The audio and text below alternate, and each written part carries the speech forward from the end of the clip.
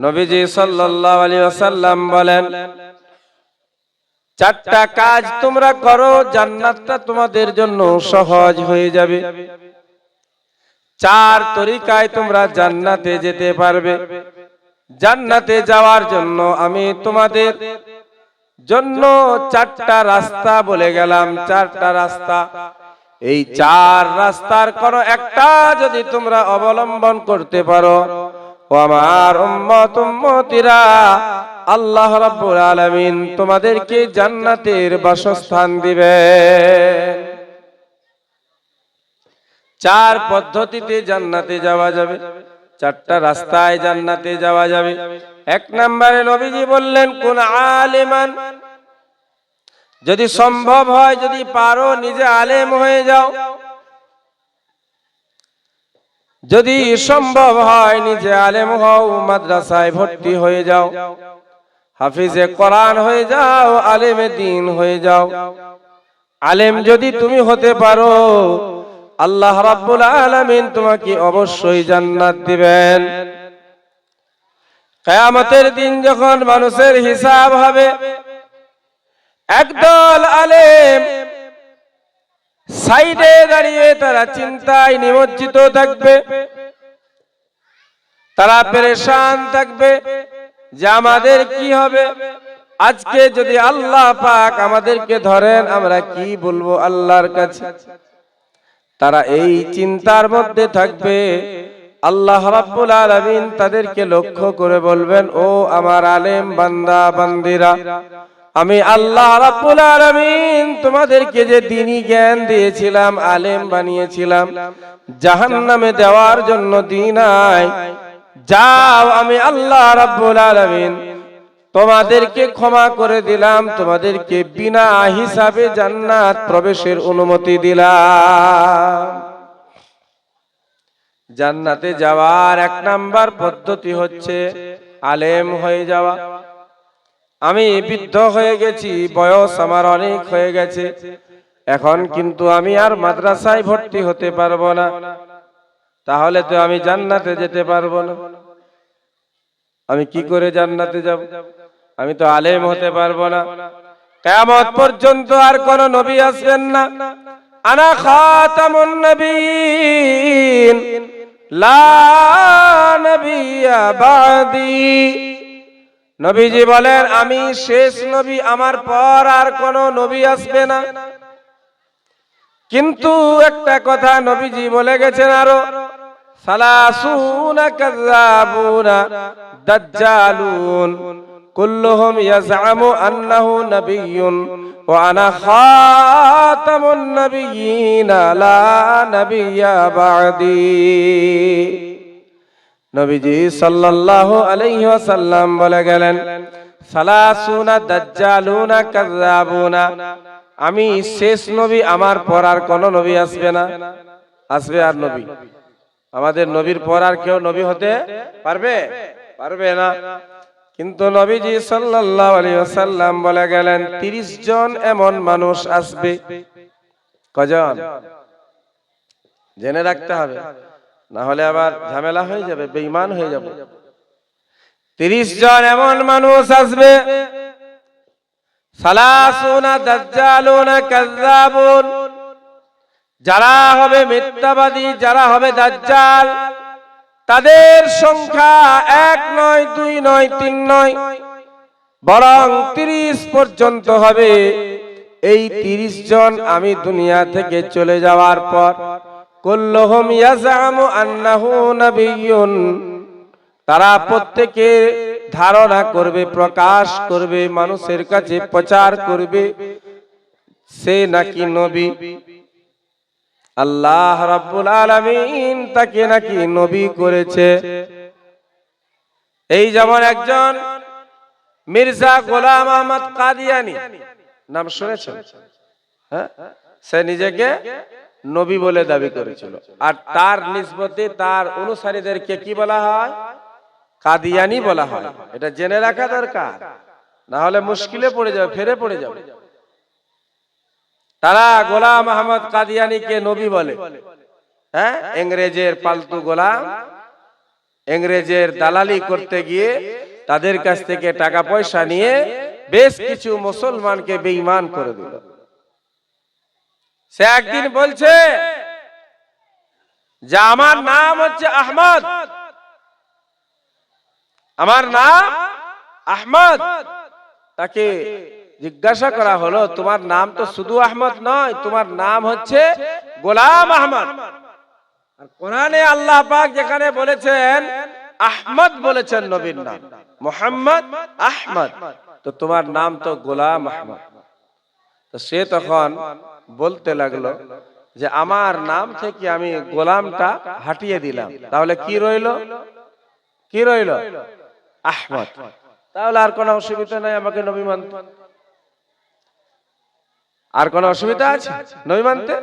তো মৌলানা আতাউল্লাহ শাহ বুখারী রহমাতুল্লাহ আলাইহি তাকে উত্তর দিলেন, শোনো, আমার নাম হচ্ছে আতাউল্লাহ, আমি আতাটাকে কেটে দিলাম, বাদ দিয়ে দিলাম, কি রইল? কি রইল? আল্লাহ। হে গোলাম আহমদ, তুমি বলছো গোলামটা হাটিয়ে দিলে রয়ে গেল আহমদ, তুমি নবী, তোমাকে নাকি আল্লাহ নবী করেছে। আমিও কয়েক সেকেন্ডের জন্য আমার নাম থেকে আতা শব্দটাকে হাটিয়ে দিলাম, বাকি রইল আল্লাহ। আমিও বলছি যাও, আমি আল্লাহ তোমাকে নবী বানাই। এগুলো আমাদেরকে, আমাদের সন্তানদেরকে শিক্ষা দিতে হবে যে আমাদের নবী ছিলেন শেষ নবী, আমাদের নবীর পর আর কোন নবী আসবেন না। আজ বর্তমান সময়ের মুসলমান দুঃখের সাথে বলি, কাউকে ছোট করার জন্য নয়, নবীর উপর দরুদ পড়তে বললে দরুদ পড়তেও তো জানে না। নবীর উপর দরুদ পড়তে বললে দরুদটাও শুদ্ধ করে পড়তে পারে না। আজকে তার ইমানের উপর কেউ যদি আক্রমণ করে, আজকে তার সন্তানের ইমানের উপর কেউ যদি আক্রমণ করে, কিভাবে নিজের ইমানকে রক্ষা করবে, কিভাবে নিজের ইমানকে বাঁচাবে? মুসলমান ভাইয়েরা, আমার চাচারা, মুরব্বী বাবারা, পর্দার অন্তরালের আমার শ্রদ্ধেয়া মা ও বোনেরা, তাই নবীজি বললেন 30 জন আসবে, কুল্লুহুম ইয়াজআমু আন্নাহু নাবিয়্যুন, তাদের প্রত্যেকের ধারণা হবে তারা নাকি নবী। ওয়া আনা খাতামুন নাবিয়্যিন লা নাবিয়্যা বা'দি, আর আমি মুহাম্মাদুর রাসূলুল্লাহ সাল্লাল্লাহু আলাইহি ওয়াসাল্লাম শেষ নবী, আমার পর আর কোন নবী আসবেন না। নবীর পরে আর কোন নবী নাই, কোরআনের পর আর কোন কিতাব নাই, ইসলামের পর আর কোন ধর্ম নাই।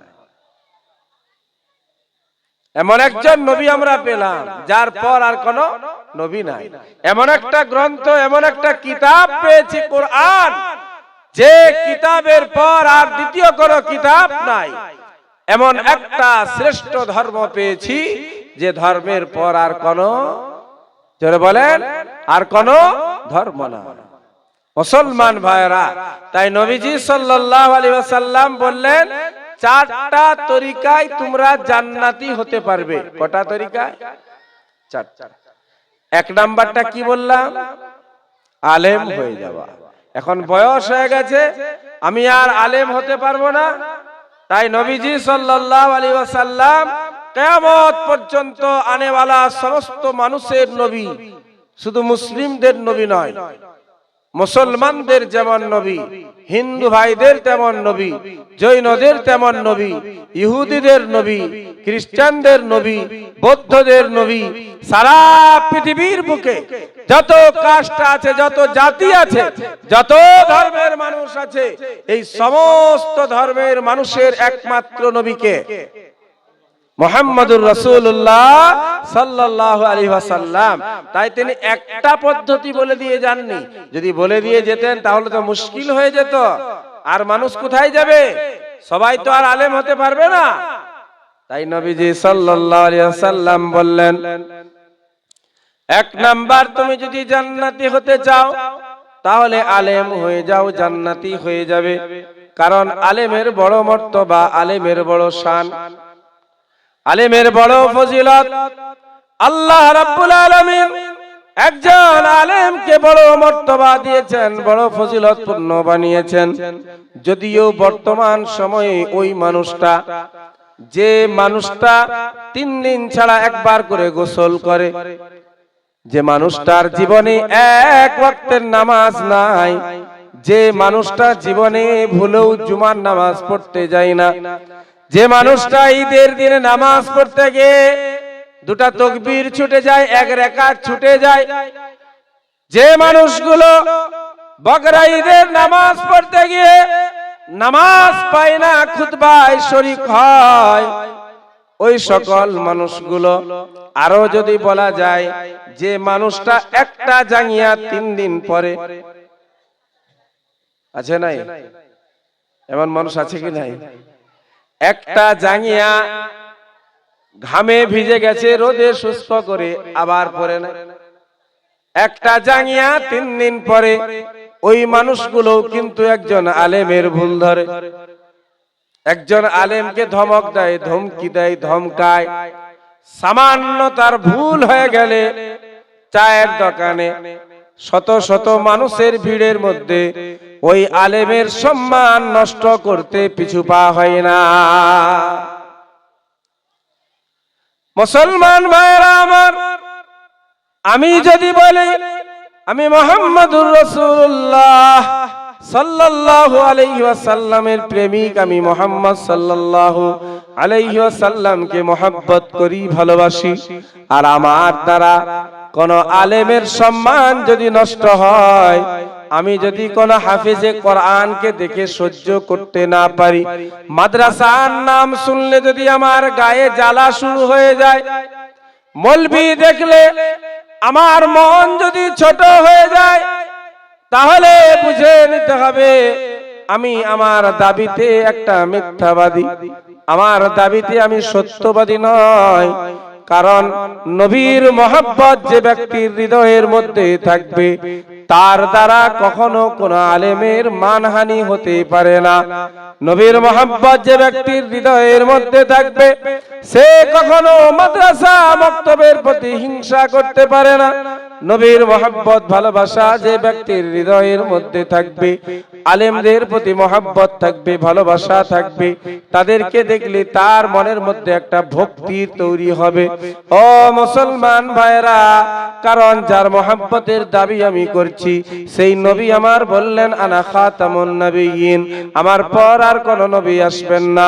ইন্নামাল উলামা ওয়ারাসাতুল আম্বিয়া, উলামায়ে কেরাম হচ্ছেন আম্বিয়া গণের ওয়ারিস, আলেমগণ হচ্ছেন আম্বিয়ায়ে কেরাম গণের ওয়ারিস, উত্তরাধিকারী। উত্তরাধিকার সূত্রে তারা কি পেয়েছে না, আমাকে যে জ্ঞান, আমাকে যে শিক্ষা আল্লাহ রাব্বুল আলামিন দিয়ে দুনিয়ার বুকে পাঠিয়েছিলেন, এই শিক্ষা যেহেতু তারা অর্জন করেছে, তাই আমি মুহাম্মদুর রাসূলুল্লাহ সাল্লাল্লাহু আলাইহি ওয়াসাল্লাম ঘোষণা দিয়ে গেলাম, প্রত্যেক আলেম, প্রত্যেক হাফিজে কোরআন, তারা হচ্ছে আমি মুহাম্মদুর রাসূলুল্লাহ সাল্লাল্লাহু আলাইহি ওয়াসাল্লামের উত্তরাধিকারী। ও মুসলমান ভাইরা, আমি হাফিজুর রহমান, আমার একজন বন্ধু আছে, আমার ওই বন্ধুটা যখন আমার ছেলে মেয়েকে একা পেয়ে যায়, তাদেরকে কষ্ট দেয়। ছেলে মেয়েকে একা পেলে কি করে? কষ্ট দেয়, মারধর করে, আমার ছেলে মেয়েদের সমালোচনা করে, আমার ছেলে মেয়েদেরকে রাস্তাঘাটে অপমান করে। এখন ইনসাফ করে বলুন, আমার আর তার মধ্যে এই বন্ধুত্ব থাকবে নাকি শেষ হয়ে যাবে? কথা বলে, বন্ধুত্ব থাকবে না কি হবে? শেষ হয়ে যাবে। তাহলে এরপরে চিন্তা করুন, একজন আব্বা তার সন্তানকে যতটা না ভালোবাসে, তার থেকে অনেক বেশি মুহাম্মদুর রাসূলুল্লাহ সাল্লাল্লাহু আলাইহি ওয়াসাল্লাম তার উম্মতকে ভালোবাসেন। বলুন সুবহানাল্লাহ। একজন আব্বা তার সন্তানকে এতটা মহব্বত করতে পারবে না যে মহব্বত যে ভালোবাসাটা আমার আপনার রাসূল দয়ার নবী আমার মায়ার নবী মদিনাওয়ালা নবী তার প্রত্যেকটি উম্মতকে যে পরিমাণ ভালোবাসেন সেই পরিমাণ ভালোবাসা একজন পিতা তার সন্তানদেরকে দিতে পারবে না। ও মুসলমান ভাইরা, তায়েফের ঘটনা স্মরণ করুন। তায়েফে গেলেন নবীজি দাওয়াত দিতে, দিনের দাওয়াত, দিনের প্রচার করতে। আমাকে আল্লাহ নবী করে দুনিয়ায় পাঠিয়েছেন, তোমরা আমায় মেনে নাও, আমার কথাগুলো মেনে নাও, জান্নাতি হয়ে যাবে, জাহান্নামের ভয়াবহ আগুন থেকে বেঁচে যেতে পারবে। তারা মানল না। মেনেছিল? মানল না। মুহাম্মদুর রাসূলুল্লাহ সাল্লাল্লাহু আলাইহি ওয়াসাল্লাম নিরুপায় হয়ে তায়েফ থেকে বেরিয়ে গেলেন। নবী আমার চলে যাচ্ছেন, তারা কেউ ছেড়ে কথা বলে নাই। যাক, মানুষটা চলে যাচ্ছে, চলে যাক। একটা বিষয় নিয়ে এসেছিল, আমরা কেউ মানি নাই, আমরা কেউ মানিনি, সে চলে যায়। কিন্তু কাফেরদের অভ্যাস বড় খারাপ, কাফেরদের অভ্যাস বড় খারাপ। বদ্দিন, তাদের হৃদয়গুলো তো পাথরের থেকেও শক্ত। অনেক ঘটনা ঘটছে না বর্তমান পৃথিবী, ভারতবর্ষের মানচিত্রের দিকে যদি লক্ষ্য করি, টিভির খবর, paper, Facebook, Twitter, YouTube, Messenger, যত আছে এই মিডিয়াগুলো, এগুলো যদি আমরা ফলো করি দেখতে পাবো একটা ছেলে ট্রেনে সফর করছে, তাকে শত শত মানুষের মাঝখানে হত্যা করে দেওয়া হয়েছে। কিসের জন্য? না, সে একজন মুসলমান। একটা ছেলে কোন একটা নির্দিষ্ট জায়গায় পানি পান করে নিয়েছে। পানি পান করার পরে সে বলছে আমার ভুল হয়েছে, আর কখনো আসবো না। তাকে ছাড়া হয়নি, তাকে মারধর করা হয়েছে। এটা হচ্ছে কাফের বেদিন মুশরিকদের অভ্যাস। তারাও ছেড়ে কথা বলল না। আমার নবীজি চলে যাচ্ছেন তায়েফ থেকে বেরিয়ে, বাচ্চাদেরকে লেলিয়ে দেওয়া হলো। বাচ্চারা সব রাস্তার সাইডে দাঁড়িয়ে দুই তরফ থেকে, দুই দিক থেকে পাথর আমার নবীর নরম শরীরে, নরম বদনে নিক্ষেপ করতে লাগলো। হাদিসের মধ্যে পাওয়া যায় যে জায়গাটায় পাথর লাগছে, পাথরগুলো এত ধারালো পাথর, সেগুলো নবীজির শরীরের মধ্যে, শরীরের চামড়া কেটে ঢুকে গেছে। যেখান থেকে নবীজি পাথরটা সরিয়ে দেন, ফিনকি দিয়ে রক্ত বার হয়ে যায়। ও মুসলমান ভাইরা, 1,24,000 পয়গম্বর, তাদেরকে আল্লাহ রাব্বুল আলামিন যে সম্মান দান করেছেন, তার থেকে অনেক বেশি সম্মান শুধুমাত্র আমার আপনার নবী, দয়ার নবী, মায়ার নবীকে আল্লাহ দান করেছিলেন। মসজিদে আকসায় সমস্ত আম্বিয়ায়ে কেরাম কাতার বন্দী হয়ে দাঁড়িয়ে আছে, কাতার বন্দী হয়ে দাঁড়িয়ে আছে মসজিদে আকসায়। কে নামাজের ইমামতি করবে? কেউ মনে করেছে জিবরাইল করবে, কেউ মনে করে মিকাইল করবে, কেউ মনে করে হয়তো ইব্রাহিম করবে, কেউ আবার মনে করে হয়তো সকলের পিতা আদম আলাইহিস সালাম ইমামতি করবে। না না না, জিবরাইল আমিন ঘোষণা দিলেন, না, আজকে আম্বিয়ায়ে কেরামের ইমামতি জিবরাইল করবে না, মিকাইল করবে না, ইসরাফিল করবে না, আজরাইল করবে না, আদম নবীও করবেন না, নূহ নবীও করবেন না, না ইমামতি ইব্রাহিম নবী করবেন না, ইসমাইল নবী করবেন, ইয়াকুব নবীও করতে পারবেন না, আইয়ুব নবীও করবেন না। আজকে মসজিদে আকসায় নবীগণের ইমামতি যিনি করবেন, তিনি হচ্ছেন মুহাম্মাদুর রাসূলুল্লাহ সাল্লাল্লাহু আলাইহি ওয়াসাল্লাম। সুবহানাল্লাহ বলা যাবে না? হ্যাঁ। ও মুসলমান ভাইরা আমার, মুহাম্মাদুর রাসূলুল্লাহ সাল্লাল্লাহু আলাইহি ওয়াসাল্লাম আম্বিয়া গণের ইমামতি করলেন। এত সম্মান আল্লাহ দান করেছেন। জিবরাইল আমিনকে পাঠিয়েছেন, ও জিবরাইল, আমার নবীকে আমার কাছে নিয়ে এসো, আমি নবীর সাথে সাক্ষাৎ করতে চাই। হযরত মুসা নবীর ঘটনা আমরা শুনেছি। তুর পর্বতে গেছেন আল্লাহর সাথে কথা বলার জন্য। যখন পর্বতের উপর চড়ছেন, চাপছেন, আল্লাহ পাক বলেন, ইয়া মুসা ফাখলা'না আলাইক, এ মুসা তুমি তোমার জুতোগুলো খুলে দাও, কারণ তুমি একটা পবিত্র পর্বতে আরোহণ করছো, পবিত্র পর্বতের উপরে আসছো। এই পর্বতে তোমার জন্য জুতা পরে চড়ার অনুমতি নাই। জিবরাইল আমিনকে আল্লাহ পাঠিয়েছেন মুহাম্মাদুর রাসূলুল্লাহ সাল্লাল্লাহু আলাইহি ওয়াসাল্লামকে নেওয়ার জন্য। নবীজিকে নিয়ে গেছেন, আল্লাহর সাথে সাক্ষাৎ হবে, আল্লাহ আমার নবীকে পুরস্কৃত করবেন। নবী আমার চপ্পলগুলো খুলতে চাইছেন, চপ্পল খুলে দিতে চাইছে। এই যে কার্পেট বিছানো আছে, এত সুন্দর দৃশ্য, এত সুন্দর জায়গা, এর উপর দিয়ে আমি চপ্পল পরে যাব কিভাবে, মন চাইছে না। নবীজি সাল্লাল্লাহু আলাইহি ওয়াসাল্লাম যখন চপ্পল খুলতে গেলেন, আল্লাহ পাক বলেন, ওগো আমার নবী, ওগো আমার বন্ধু, আমার হাবিব, আমি আপনার জন্য এই আয়োজন করেছি। আমি আল্লাহ চাই আপনি চপ্পল পরে আসুন, আপনি জুতো পরে আসুন। আমি আল্লাহ, আমার আরশ যদি আপনার জুতার ধুলা আমার আরশের মধ্যে পড়ে যায়, আমি আল্লাহর আরশটাও ধন্য হয়ে যাবে। বলুন সুবহানাল্লাহ। ও মুসলমান ভাইরা, সেই নবী আমার উম্মতকে কতটা ভালোবাসেন যেটা বলতে চাইছি। তায়েফের ময়দানে যাকে আল্লাহ এত সম্মান দিয়েছেন, যার এত সম্মান, এত মর্তবা, যার জন্য আল্লাহ বললেন, ওগো আমার নবী, আপনি কেন পেটে পাথর বাঁধবেন? আপনার তো পাথর বাঁধার কোনো প্রয়োজন নাই। আমি আল্লাহ আপনার জন্য উহুদ পাহাড়টাকে সোনা বানিয়ে দিব।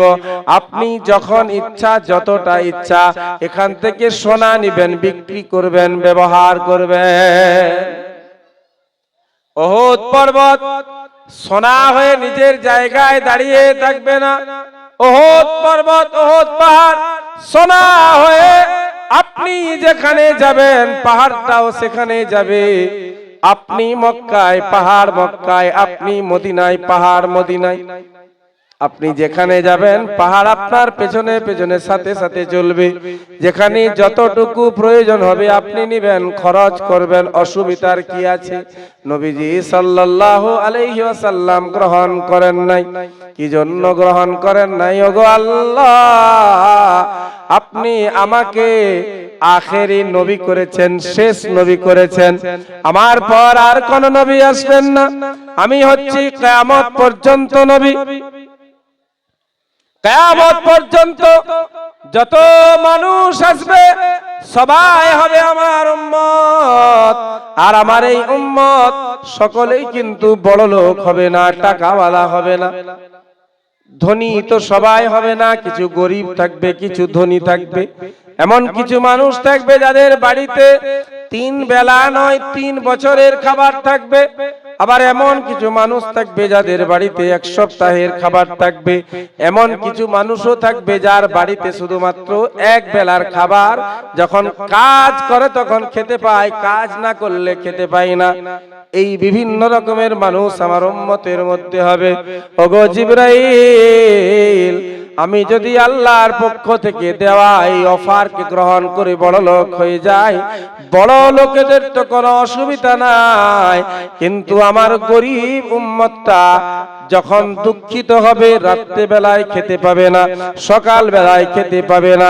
গ্রীষ্মের সময় প্রচন্ড গ্রীষ্মে যখন কষ্ট করবে, মজদুরি করবে, মেহনত করবে, নিজের অবস্থার কথা মনে পড়ে যখন তার মনটা দুঃখে ভরাক্রান্ত হয়ে যাবে, তার যখন দুঃখ হবে, কে কাছে কাকে দেখে সান্ত্বনা পাবে, শান্তি পাবে? কারণ সে তো আমার দিকে যখন তাকাবে, আমি তো অনেক বড় লোক। ও জিবরাইল, আমি বড় লোক হতে চাই না, আমি এই রকমই থাকতে চাই, তাতে কিয়ামত পর্যন্ত আনেওয়ালা আমার সমস্ত গরিব উম্মত যখন তাদের কোনো কষ্ট হবে, দুঃখ হবে, আমাকে দেখে তারা মনে করবে আমার নবী যে তুই এত কষ্ট পেয়েছে, আমরা পাওয়াটাই স্বাভাবিক। এত ভালোবাসেন নবী আমার প্রত্যেকটি উম্মতকে। জিবরাইল আমিন চলে এসেছেন, পায়ের জুতা মোবারক পায়ের সাথে চিটিয়ে গেছে, লেগে গেছে রক্তে, কোন মতে ছাড়ছে না।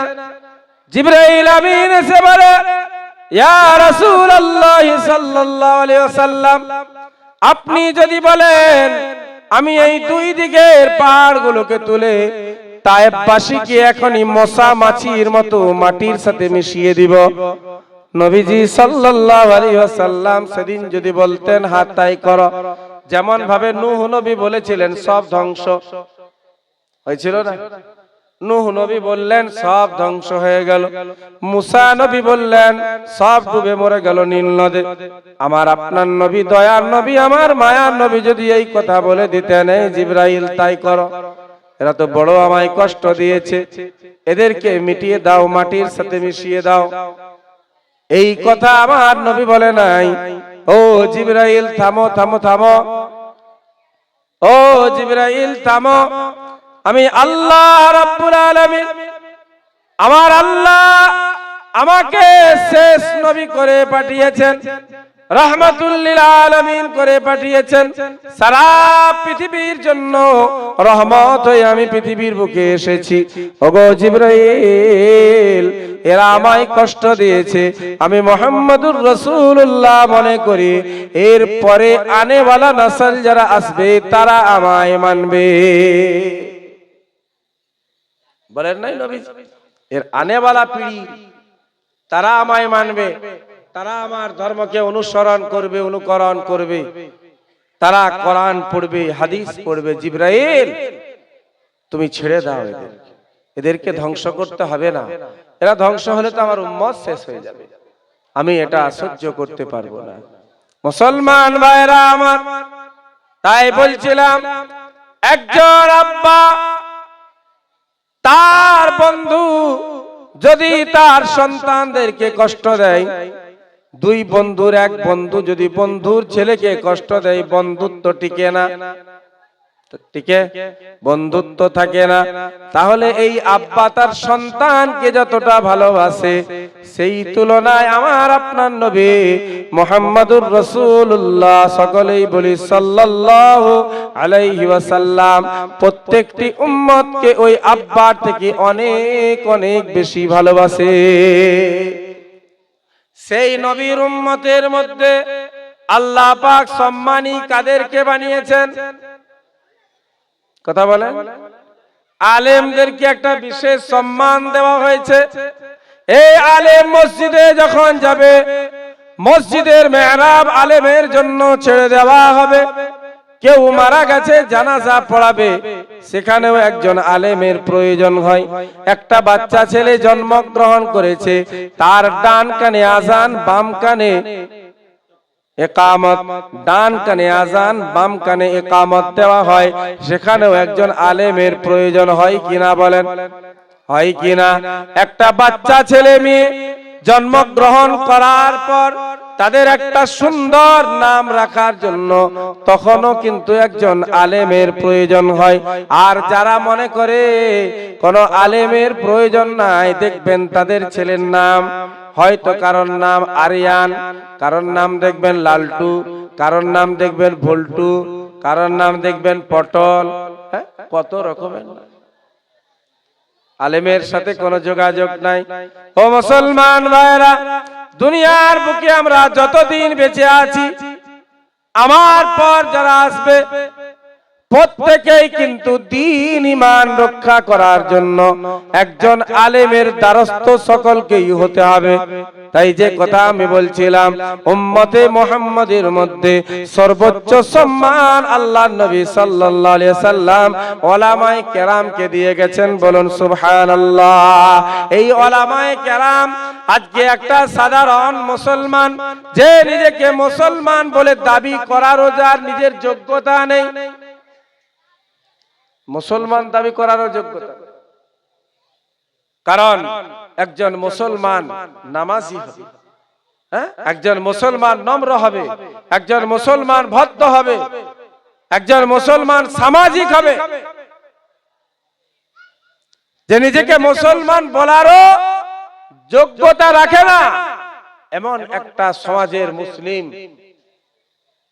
যে দায়িত্ব পেয়ে গেছে, আর এই দায়িত্ব পেয়ে দায়িত্বের অপব্যবহার কি করে না, সর্বপ্রথম তাদের টার্গেট হয়ে যায় উলামায়ে কেরাম। আলেমদেরকে ছোট করে তুচ্ছ তাচ্ছিল্যের দৃষ্টিতে দেখে, আলেমদেরকে অপমান করে গর্ব করে, মনে করে আমি বিশাল কিছু কাজ করেছি। কিছুই করো নাই তুমি তো জাহান্নামের রাস্তাটাকে সহজ করে নিয়েছো নিজের জন্য।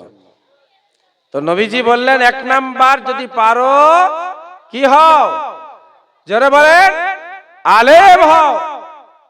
আলেম যদি না হতে পারো, আলেমের ছাত্র হও, আলেমের ছাত্র হয়ে যাও। কোন আলেমান আও মুতাআল্লিমান, আলেম যদি না হতে পারো আলেমের ছাত্র হয়ে যাও। তুমি যদি আলেমের ছাত্র হতে পারো, এটাও তোমার জান্নাতের পথটাকে সহজ করে দিবে। বলুন সুবহানাল্লাহ। আল্লাহ রাসূল সাল্লাল্লাহু আলাইহি সাল্লাম বলেন, মা মিন মুতাআল্লিমিন ইয়াখতালিফু ইলা বাবি আলিমিন ইল্লা কাতাবাল্লাহু লাহু বিকুল্লি কদামিন ইবাদাতা সানাতিন। কোন মানুষ, আমার কোন উম্মতি কোন আলেমের ঘরের দিকে যখন যাওয়া আসা করে পড়াশোনা করার জন্য, মসলা শিক্ষা করার জন্য, গোসলের মধ্যে কতগুলি ফরজ কেউ বলতে পারবেন? গোসলে কটা ফরজ? 3টা ফরজ। ওযুর মধ্যে 4টা ফরজ, এটাও একটা মসলা এবং গুরুত্বপূর্ণ মসলা। গোসলে কটা ফরজ? 3টা ফরজ, এটা একটা মসলা, একটা শিক্ষা। এই শিক্ষা আমার কাছে নাই। আমার মসজিদের ইমাম সাহেব, ইসবপুর গ্রামের মসজিদের ইমাম সাহেব থাকেন, মনে হচ্ছে এইটাই রুম ওনার নাকি, এই পাশে ইমাম সাহেব তার কোয়ার্টারের মধ্যে আছেন। আমার ছেলেটা তিরকে গেছে, আমার ছেলে কিংবা মেয়ে কান্নাকাটি করছে, সেই সময় আমি ইমাম সাহেবের কোয়ার্টারে এসেছি। এসে কিন্তু দেখলাম ইমাম সাহেব নেই, সাইকেলটাও নেই, বাড়ির মধ্যে তালা ঝুলানো আছে। এ কিন্তু ছেলেটাকে বাড়িতে রেখে সঙ্গে সঙ্গে আগে চায়ের দোকানে যাবে। হ্যাঁ, কি ইমাম রেখেছিস মসজিদে? সারাদিন যখনই যাচ্ছি কখনো দেখতে পাচ্ছি সারাদিন কোথায় যেন ড করে ঘুরে বেড়ায়। ছেলে ঝাড়ফুঁক করাতে এসছে, কিন্তু কখনো তো শুনতে পাওয়া যায়নি কেউ বলেছে যে আমি আজকে মসজিদের ইমাম সাহেবের কোয়ার্টারে গিয়েছিলাম,